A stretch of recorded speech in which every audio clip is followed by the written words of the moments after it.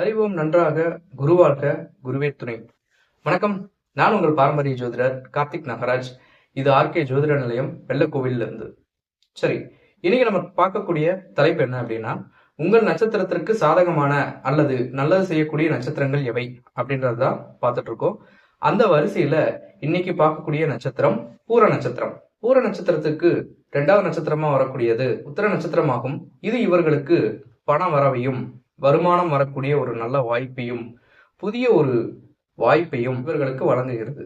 அது மட்டும் இல்லாமல் இவர்களுக்கு ஒரு மதிப்பு மரியாதையும் கொடுக்கிறது. அடுத்தது 4வது நட்சத்திரம் சித்திரை நட்சத்திரம். இந்த நட்சத்திரம் வரும் நாளில் நீண்டகால நோய்க்கு சிகிச்சை மேற்கொள்வது, கடனில் ஒரு பகுதியை திருப்பி செலுத்துவது போன்ற காரியங்களில் ஈடுபடும் போது அது அவர்களுக்கு நன்மையை செய்கிறது. இது சுகத்தை கொடுக்கக்கூடிய ஒரு நட்சத்திரமாகும். அடுத்தது 6வது நட்சத்திரம் விசாகம். இந்த நட்சத்திரம் வரும் நாளன்று புதிய முயற்சியை மேற்கொள்ளும் போது அது அவர்களுக்கு வெற்றியே தருகிறது. அடுத்தது 8வது நட்சத்திரம் கேட்டை நட்சத்திரம்.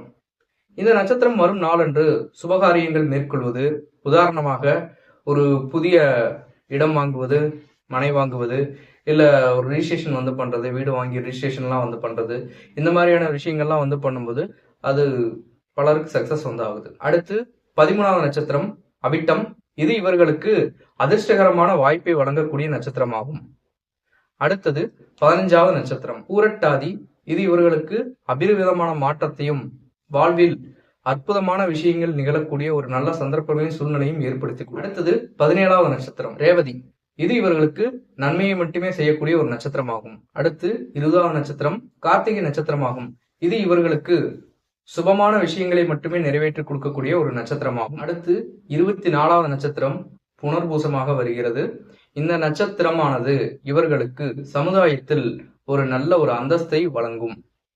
அது யாரு, அவர் எந்த சூழ்நிலையில் இருந்தாலும் சரி, அது எந்த ஜாதகனா இருந்தாலும் ஜாதகியாக இருந்தாலும், இந்த நட்சத்திரத்தில் நின்று ஒரு கிரகம் திசை நடத்தும் போது கண்டிப்பாக அவர் வெளியில தெரிவார். ஒரு பரிச்சயமான நபராம் மாறுவார். இது உறுதி. அடுத்து 26வது நட்சத்திரம் ஆயில்ய நட்சத்திரம். இது பிரிந்தவரை சேர்க்கக்கூடிய ஒரு நட்சத்திரமாகும்.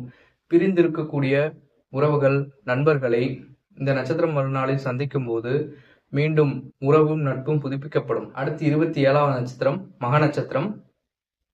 இந்த நட்சத்திரம் வரும் நாளன்று தான தர்மங்கள் செய்வது, உணவு தானங்கள், ஆடை தானங்கள், கோயில்களுக்கான அபிஷேக பொருட்களை வாங்கி கொடுப்பது போன்ற காரியங்களில் ஈடுபடுவது, பரிகாரங்களை மேற்கொள்வது எல்லாம் இவர்களுக்கு வெற்றியை தேடித்தரும். நம்ம சேனலை தொடர்ந்து பாருங்க, லைக் பண்ணுங்க, கமெண்ட் பண்ணுங்க, சப்ஸ்கிரைப் பண்ணி வச்சுக்கோங்க.